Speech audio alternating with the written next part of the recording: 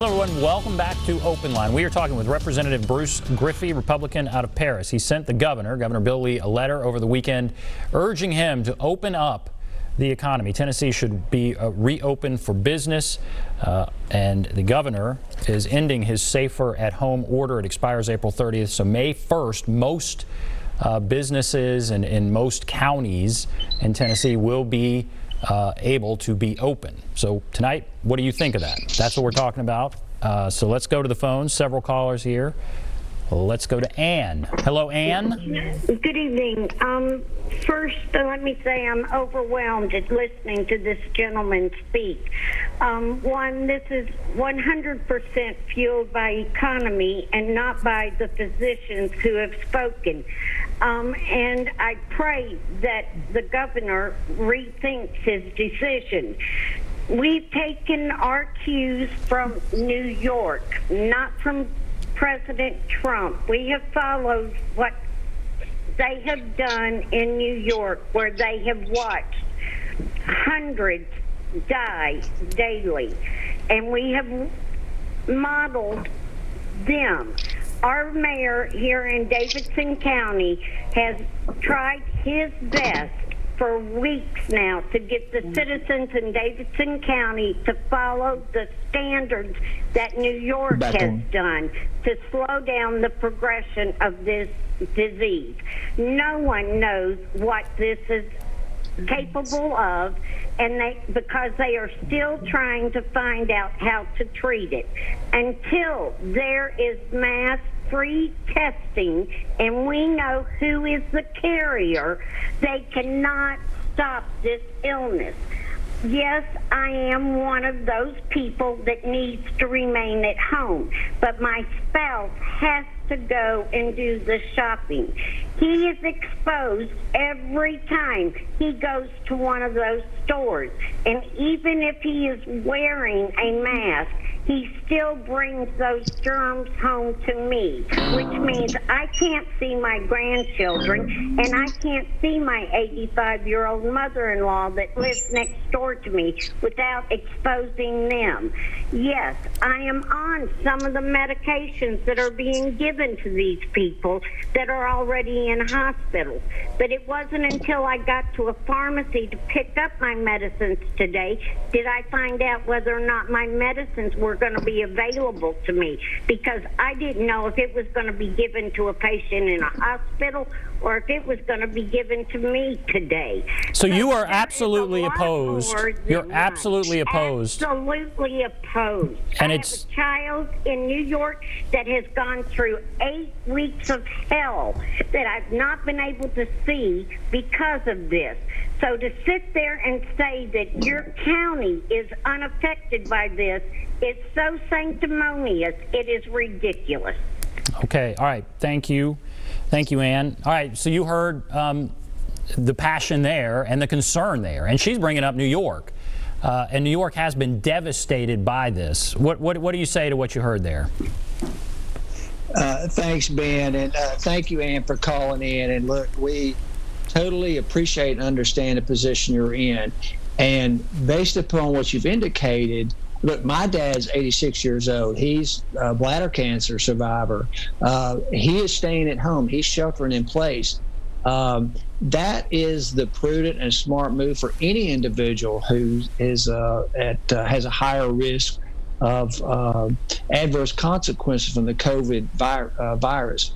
But again, this is not based on economic, just based purely on economics. The decision to shut down the economy, when we discussed this at the legislature, was we were concerned that we were going to overwhelm our hospitals. We were concerned we wouldn't have enough hospital beds. We were concerned that we weren't going to have enough ventilators to treat people if they did become sick. And my assessment is at this point is, regardless of what anything we do, this virus is going to get out and become part of our population regardless of what we do.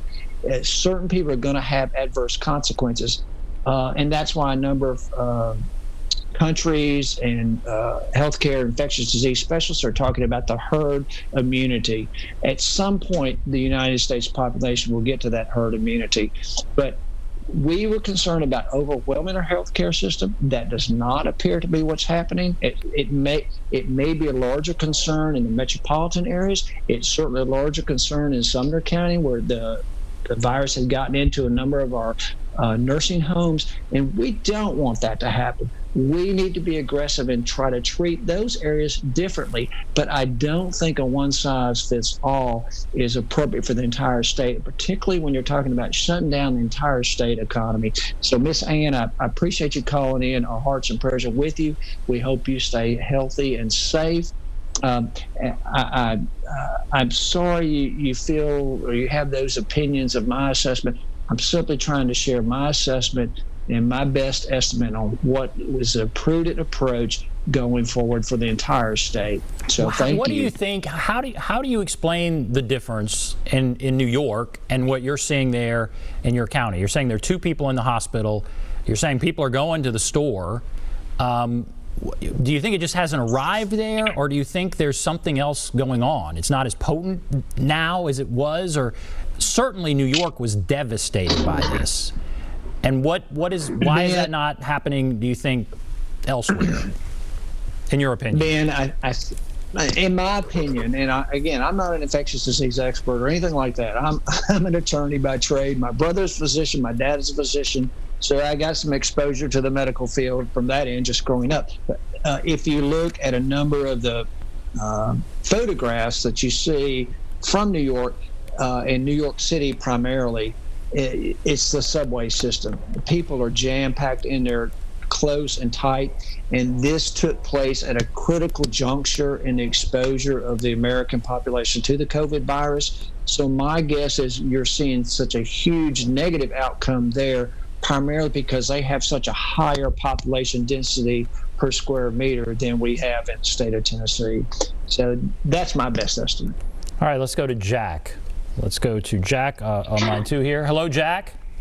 You know, I am completely amazed. Your guest is saying that it's expected to go through the American population, and yet we have leadership in Washington who has been dragging their feet on testing nonstop since this began. For the fact that the president was calling to have swabs manufactured 2 days ago is stunning beyond belief. It's kind of like saying, well, why don't we step out of the door of this airplane? We know the ground is 20,000 feet down below, and we'll find out on the ride down whether or not our parachute's going to open. That's a really good idea. And I don't hear any serious determination to get the testing and the contact tracing and those things in hand. It's like, well, maybe it'd be nice to get them someday. Maybe we'll get them. Maybe we won't. It's not really a big deal. All right. Well, my cousin's wife works in an ER outside of New York City, about 45 miles north of the city. They are completely overwhelmed. Completely. They have non-ICU nurses filling in to help because they have, for every nurse that's properly trained, about 10 patients they're trying to handle, which means a lot of those nurses are not, a lot of those patients aren't being properly treated. So this kind of blind faith that we jump out of the plane and the chute will probably open, it doesn't make sense. Why don't we really bear down and focus and get our act together on testing? And if that moron in the White House, and I should say I'm an independent, I don't like either party, so this is not political for me. It's because I'm an American and I care about our fellow citizens. Okay, let's talk about that. Radical idea. All right, let's talk about that. He's saying, why don't we bear down, get testing? And you heard what else he said, but what about the issue of testing? He's saying that this is premature. We're kind of jumping out of the plane and just hoping everything works okay. You've answered some of that, but what about this issue of testing? Well, thanks, Ben, and thanks for the caller. I certainly appreciate his sentiments. I just respectfully disagree with him. I think they're trying to get testing up and running. These things are not easy for government to just on the flip of a dime get going and fire up. This takes monumental effort.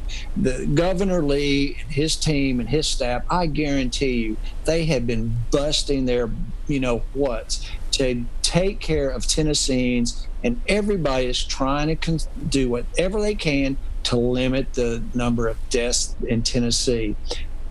My reason for this letter was simply to share with Governor Lee that in my district, I've got 3 rural counties, we're seeing very limited number of cases, and we're shutting down entire counties. And I have a number of constituents that have businesses and they're unable to make money because they're shut down. And the system is so overwhelmed with people applying for unemployment benefits that they can't get their claims processed in a timely manner. Again, nobody anticipated this. So we've been under these rules now for about 3 weeks. Walmart, Lowe's, the grocery stores are going wide open, and we're not seeing a huge number of cases explode. I think that's because of the prudent approach by Governor Lee and the administration and President Trump. Social distancing, wash your hands, cough in your sleeve, wear a mask. If you feel infected, go get tested. Even if you don't feel like you have symptoms, go ahead and go get tested if you want to. These steps are reasonable and prudent, and it's smart to try to address a problem. But to simply shut down every single economy throughout the entire United States based upon what's going on in New York, I don't really think that's a smart approach. I think everyone would agree New York City is probably different from Tennessee. So what I'm advocating for is let's see what we can do. We've been under these rules already for about 3 weeks. We're not seeing an explosion. Are we really going to have that kind of explosion if we go ahead and let these other businesses operate? Logically, I don't think we're going to. If we do, we can get aggressive and address that. But to continue with this complete shutdown, I just don't think makes any additional. It's not justified at this point. Let's take one more call before we go to break here. Let's take Reverend Fuzz. Sure. Hello, Reverend Fuzz. Hey, Ben. Hey, I like your guest, and I want to give him a question from my side of the fence about the reopening and ask him what he thinks of that. It's really important. First of all, I want to ask, is there some scientific, this is just common sense, not really scientific data, but what cities, what countries, not just New York, have been successful because they use these steps, these recommendations of closing down, not being in public, social distancing, wearing the mask. There's got to be some countries or some cities that have been successful. And wouldn't you think that it's possible, I'm not saying that it's possible that New York didn't need all of these things because they took those real stern precautions. And I'm really sorry that every day, being twice, 3 times maybe today, someone will call to assert that racism is involved in COVID-19 treatments and stuff. So this is very terrible, and people downplay the numbers, but this 43,000 people wouldn't be dead. Sure, maybe 40,000 die all the time, but not this 40,000. And a lot of them, I know 8 people who are dead from this.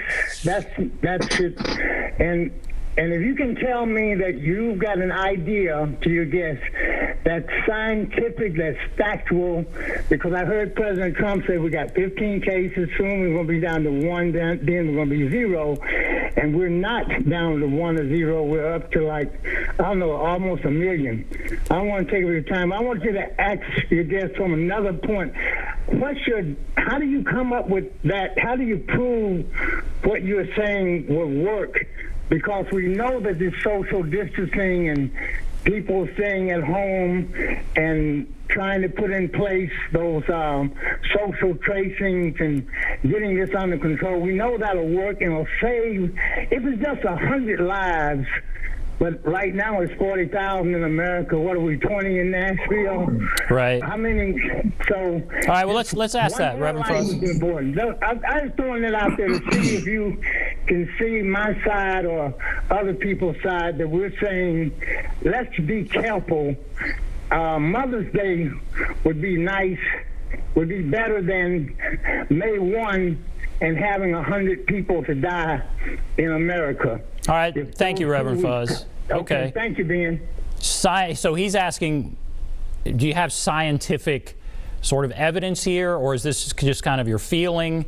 And it sounds like Reverend Fuzz knows 8 people who have died from this and is concerned that people will die if we kind of take our foot off the brake here. But what about scientific evidence to back up what you're saying? And I think I've heard you say you're not a doctor, you're just kind of seeing this. But you heard his question. What about what he's saying there?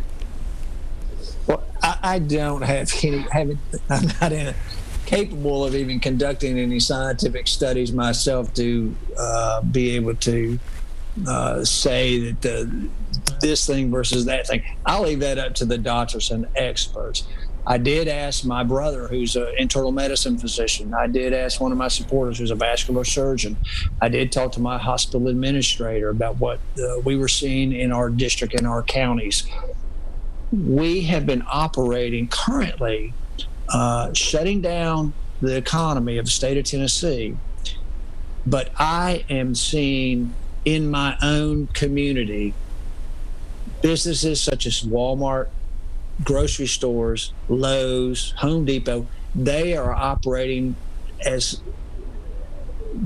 under the same procedures and standards as before. Everyone's practicing social distancing, sure, but they're allowed to operate, but I've got so many other folks that aren't allowed to operate. And in my community, I am not seeing any increase or explosion of numbers. The people are in the stores, they're having interactions. They're having interactions with their families and friends. I don't see the justification for continuing with a blanket order. Only essential businesses should operate when it appears we could allow non-essential business to also operate if they practice safe hygiene practices, social distancing. I think the real world experience is telling us this shutdown is really not what's impacting the numbers. Perhaps what's really impacting the number is just the safe hygiene practices more than anything else. And I'm not saying you need to do this or that. I'm trying to share with Governor Lee what I am seeing in my district, and I think we should try to open up all businesses in my district and let them operate. And if we run into a flare-up, we can get aggressive and treat it. Look, we had 55,000 deaths in 2018-19 for the regular flu season and pneumonia for 55,000. We didn't shut down the entire United States economy for 55,000 flu deaths and pneumonia deaths. We've got, 34,000 right now for this virus. And we're already seeing, the CDC and other experts are saying, if you just think they had the coronavirus and they expired, they died, count that as a coronavirus death. Or, they've got comorbidity issues, which, heart disease, hypertension, all kinds of other things. If they died, but they also had coronavirus, there's not a distinction that says they died from coronavirus. What we're doing is say they died, they also had coronavirus, but lump them into how we count these people. But it seems like it could be dangerous to underestimate this, because it has been, no doubt there's been a problem in New York, and no doubt there's been a problem in Italy. We've seen problems in other places. It seems like it could be dangerous to underestimate this. It could, but if anything, we need the absolute correct data. We don't need to manipulate or massage the numbers or whatever, or lump certain people in with this. That will give you false information. Anybody that does scientific work says, look, I want to know every single piece of data. If someone died because of the coronavirus, I want to know that. if someone died and they had the coronavirus with them, but that wasn't the cause. We need to know that, and we need to count those separately. We don't need to lump and mix and match up data. That is horrible. That's unscientific. And if we're going to be smart and approach and try to address this problem, we at least need to be open, honest, and scientific about it. All right, we have to take a break. We've gone on way too long. All right, we're going to take a break. We'll come back. We'll take more calls. We'll be back right after this.